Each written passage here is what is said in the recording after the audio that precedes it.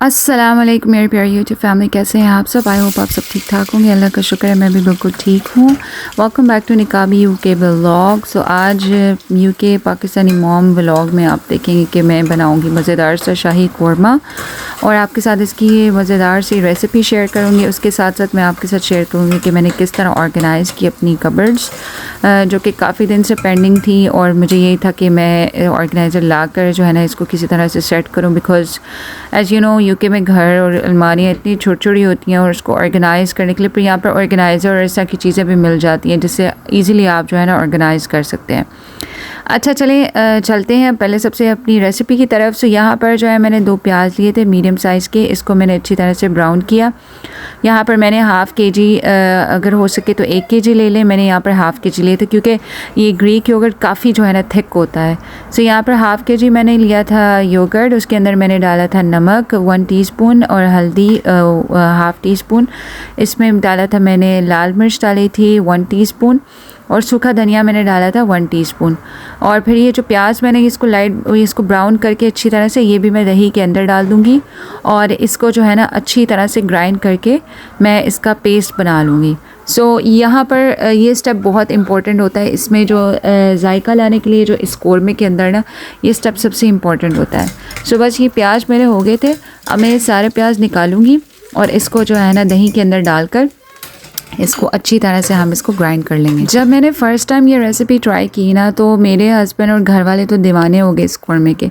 सो अब जब कभी मुझे कुछ समझ ना आए तो मैं इस कौरमे को जो है ना बना लेती हूँ। इसमें मैंने 2 तेज़पात डाले, 1 मोटी इलायची, 3-4 छोटी इलायची और लौंग डाल के इसको जो है, और इसमें लौंग नहीं सॉरी इसमें डालेंगे काली मिर्च, लाइक 5 काली मिर्च, 1 मोटी इलायची, 2 छोटी इलायची, इसमें 2 तेज़पात। इसको पहले हम काटेंगे, फिर उसके बाद लहसुन अदरक का पेस्ट डालेंगे, फिर उसमें ये गोश्त डाल के अच्छी तरह से आपने भून लेना है। और इसमें मैं देसी घी का इस्तेमाल करती हूँ, थोड़ा ऑयल थोड़ा देसी घी।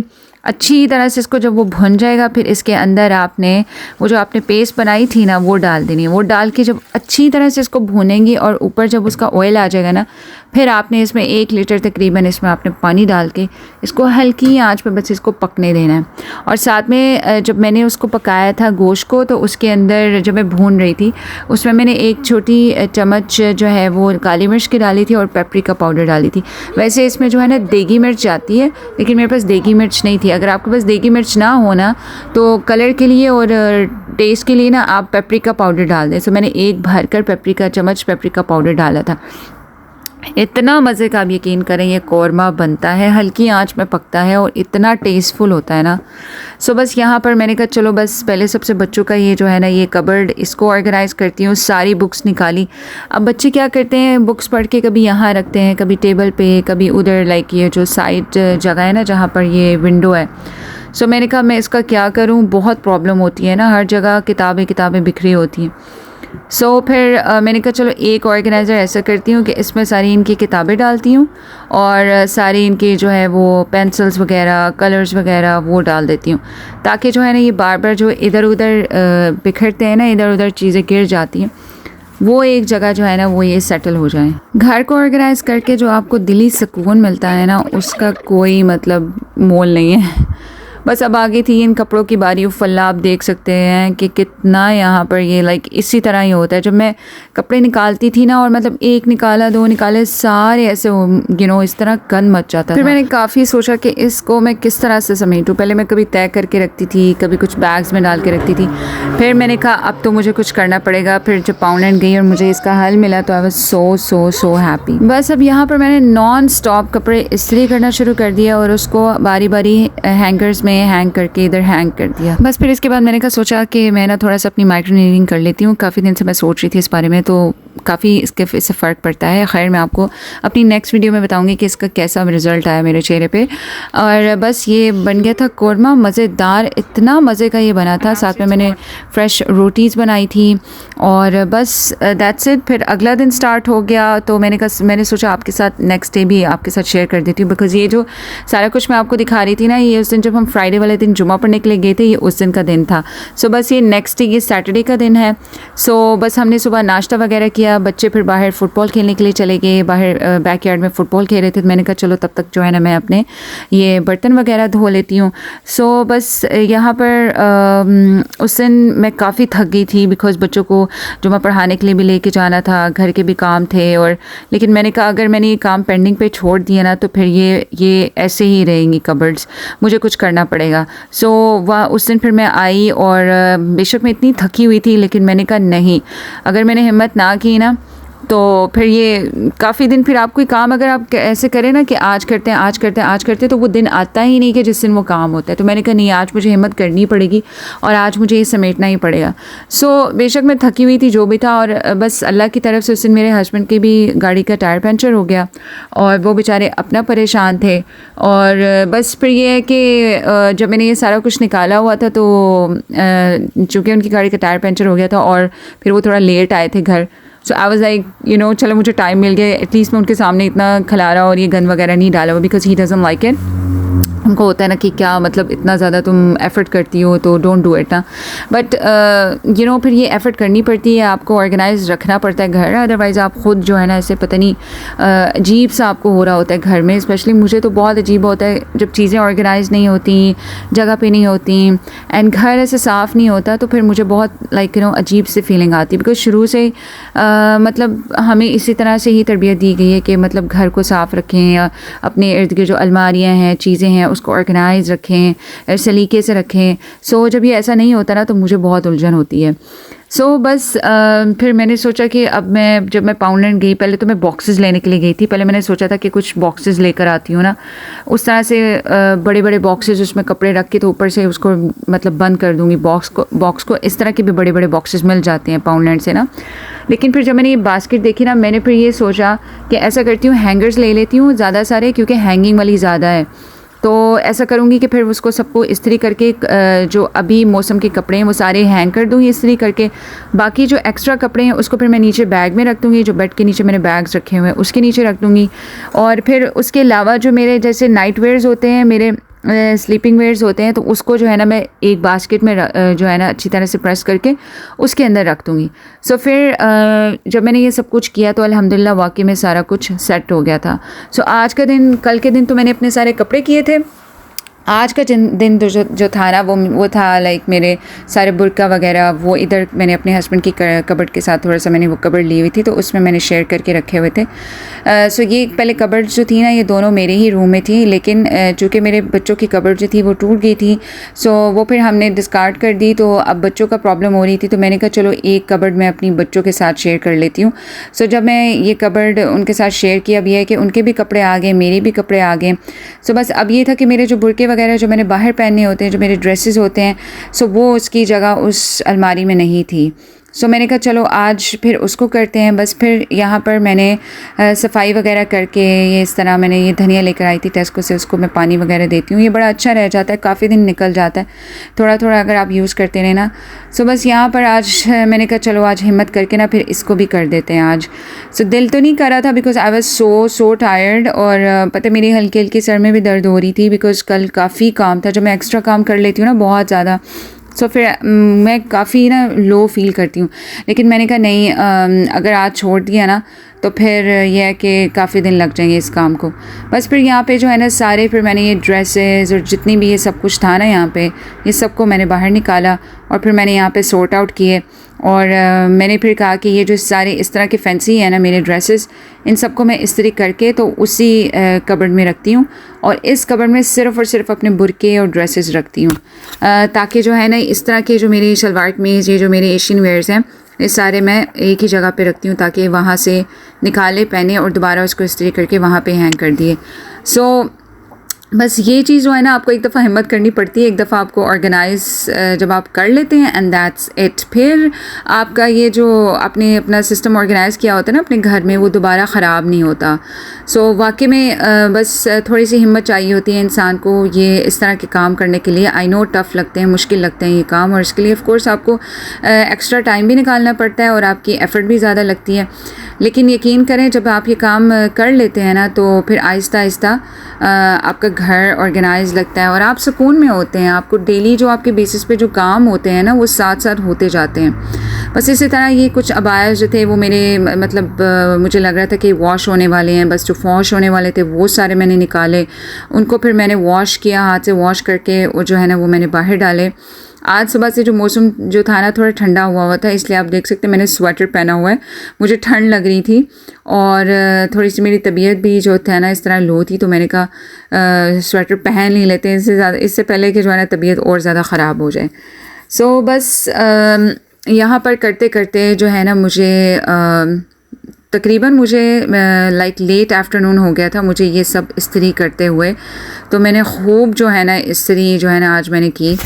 अच्छा, यहाँ पर जो है यूके में आई थिंक सर्फ जो होती है ना काफ़ी ज़्यादा वो हार्श सी होती हैं, इसलिए मैं कोशिश करती हूँ कि जो है ना हल्की सी बस लाइक थोड़ा सा शैम्पू डाल के ना तो फिर मैं अपने अबायास को वॉश करती हूँ, उससे खुशबू भी बड़ी प्यारी आती है। और सर्फ ये होता है कि मुझे ऐसा लगता है कि थोड़ा सा वो हार्श होती है और मेरे अबायास को ना ख़राब कर देगी। और बस यहाँ पर जो है ना ये इसके कुछ काफ़ी दिनों से ना मोती गिर रहे थे, तो मैंने कहा चलो इसको भी लगे हाथों इसको भी सही कर देते हैं, ताकि जो है ना हर चीज़ मैं जो है ना फ़िक्स करके रखूँ। सो जब मैं फ़िक्स करने पे आती हूँ ना चीज़ों को, तो मैं फिर हर चीज़ जो है ना वो फिर मेरा मेरा मेरा बस चले तो पूरा घर लाइक न्यू कर दूँ, इस तरह से मुझे होता है। Like I get so motivated, like इस तरह से मैं इंडल्ज होती हूँ ना इस तरह के कामों में कि बस अच्छी तरीके से फिर सारे अबायास को मैंने जब सारा कुछ कर लिया और उसके बाद मैंने फिर सबको जो है ना इतर लगा के अच्छी तरह से और उसको मैंने हैंग कर दिया। इस अबाया के भी काफ़ी दिनों से जो है ना वो बटन गिर रहे थे और काफ़ी जो एक दो जो है ना वो टूट भी गए थे, तो मैंने कहा इनको अच्छी तरीके से लगा देती हूँ। सो इससे क्या होता है कि आपने कहीं जाना होता है ना, तो क्या होता है कि आपके ये सारे अबाया जैसे इस्त्री होके हैंग हुए होते हैं, कपड़े इस्त्री होके हैंग हुए होते हैं, तो आप इतना ना वो कंफ्यूज नहीं होते, अच्छा मैं आज क्या पहनूँ मैं क्या पहनूँ। ये देखें ये सारा मेरा ना कबर्ड ऑर्गेनाइज्ड हो गया, ये देखें बिफ़ोर और आफ्टर के आप देख सकते हैं कितना गंदा कपड़े ऐसे एक निकालती थी सारे। अच्छा, और ये जो ऑर्गेनाइज़र है ना मैं इसका क्या ही तारीफ़ करूँ, इतना अच्छे ये ऑर्गेनाइज़र्स हैं। अब यहाँ इसमें यह है कि आप अपने कपड़े इस करके अच्छे से आप इसको तय करके रखते हैं एंड दैट्स इट, ईजी वीजी। और बाकी ये जो हैंगर्स मैं लेकर आई थी ना पाउंडलैंड से, ये तो बहुत अच्छे रहे, देर सो गुड। और कपड़ा ऐसे होता है कि स्लिप नहीं होता, ये देखिए ये वो है ना वेलवेट के है ना, तो इससे कपड़ा स्लिप भी नहीं होता है, बहुत अच्छे हैं ये हैंगर्स। सो यहाँ पर most of the cupboards are like this, इसमें हैंगिंग ज़्यादा होती है और ये जो खाने होते हैं ना वो बहुत कम होते हैं। सो ऊपर जो था वो मैंने बच्चों के कर दिए थे, कुछ बच्चों के यहाँ पर मैंने उसको इस तरह करके हैंग कर दिया, बाकी मैंने अपने सारे जो मेरे गर्मियों के थे ना वो सारे मैंने यहाँ पर रख दिए हैं। बाकी अब ये बच्चों के कुछ वॉश किए हुए ये हैं, इसको इस तरह करके ऊपर ही वहाँ पर ना टैग करके रख दूँगी। So but I am so happy and satisfied कि मेरी कबर्ड आज साफ़ होगी। अब ये जो कपड़े हैं ना सारे ये मैं वापस रखूँगी बिकॉज ये थोड़े फैंसी हैं। आजकल जो है ना मौसम नॉर्मल तो हो रहा है, लेकिन अभी मेरा दिल नहीं कर रहा, मैं चाह रही हूँ कि गर्मियों के कपड़े पहन लूँ क्योंकि आगे फिर नहीं पहने जाने, सर्दियाँ आ जानी हैं और ये फैंसी कपड़े फिर मैं लेटर ऑन निकाल लूँगी। और ये सारे ये मेरा गरारा है, ये मेरी अम्मी ने मुझे भेजा था, सो ब्यूटीफुल। सो ये सारे कपड़े मैं अभी बैग में रखूँगी। ओके, सो ये मेरे बुरकों की जो जगह थी वो मैंने यहाँ पे कर ली, सारे बुरके मैंने वॉश करके अच्छी तरह से, अभी कुछ जो है वो वहाँ पे पड़े हुए हैं, सो वो भी अभी वॉश करके बाहर डालती हूँ। सो यहाँ पर ये है कि मैंने सारे जो है ना हैंग कर दिए, ताकि फिर बाहर जाना होता है ना एकदम से, तो फिर आपको प्रॉब्लम होती है कि मैं अब क्या पहनूँ, कैसे क्या करूँ। सो आपके इस तरह ड्रेसेस आपके इस्त्री होके हैंग हुए होते हैं ना, तो आपके लिए फिर ईजी हो जाता है सेलेक्ट करना और पहनना। सो बस आज के लिए इतना ही। अभी बस मैं कपड़े जो मैंने वॉश कर लिए वो बाहर डालूँगी, इनको मैं वॉश करके इनको भी डालूँगी। अभी जो है वो बहुत ज़्यादा गंद पड़ा हुआ है और मैं बहुत एग्जॉस्ट हो गई हूँ। आई नो ये बड़ा काम होता है, स्पेशल ऑर्गेनाइजिंग का ना भाई बहुत काम होता है, मेंटली बहुत एग्जॉस्ट हो जाते हो। मैं कल की लगी हुई हूँ, कल मैंने ये सारे कपड़े इस्त्री किए थे और आज जो है फिर मैंने सारे अबायाज़ अपने दुरुस्त किए बिकॉज़ उनकी हालत बुरी हुई थी। कोई हैंगर से नीचे गिर जाता है, कोई कभी कहीं गिर जाता है, तो वो बड़ा मसला होता है। दूसरा ये ऑर्गेनाइज़र इसने बहुत हेल्प की बच्चों के लिए, बुक्स के लिए मैंने ये सारा रखा था बिकॉज़ इनकी बुक्स वहाँ टेबल पे रखती थी तो वो सारी गिर गिर के ना नीचे ये सारी गिर जाती थी, उसके पेपर्स भी सारा कुछ। सो ये ऑर्गेनाइज़र ना इसने बहुत हेल्प किया। मैं सोच रही हूँ इसको किसी कॉर्नर में रख देती हूँ ताकि बच्चे ईज़िली बुक्स निकालें और इसी में ही डालें वापस। सो बस मैं अब करने लगी हूँ, वो कपड़े डालूँगी पहले, फिर उसके बाद नहाऊँगी, अपना फ़्रेश हो जाऊँगी, नमाज़ वगैरह पढ़ के। मैंने अपने बच्चों से कहा हुआ है कि आज मैं उनके साथ बैठ के कुछ देखूँगी, बिकॉज़ काफ़ी दिन से वो मुझे कह रहे मम्मा आप हमारे साथ नहीं बैठती हैं, आप काम कर रही होती हैं, हमारे साथ बैठे हमारे साथ बैठ के कुछ देखें। सो वो बहुत इस चीज़ को इन्जॉय करते हैं। So let's just do that now. नहीं ऐसे ही होती है वो, कर इतनी काफ़ी है, ज़्यादा ज़रूरत नहीं होती ना।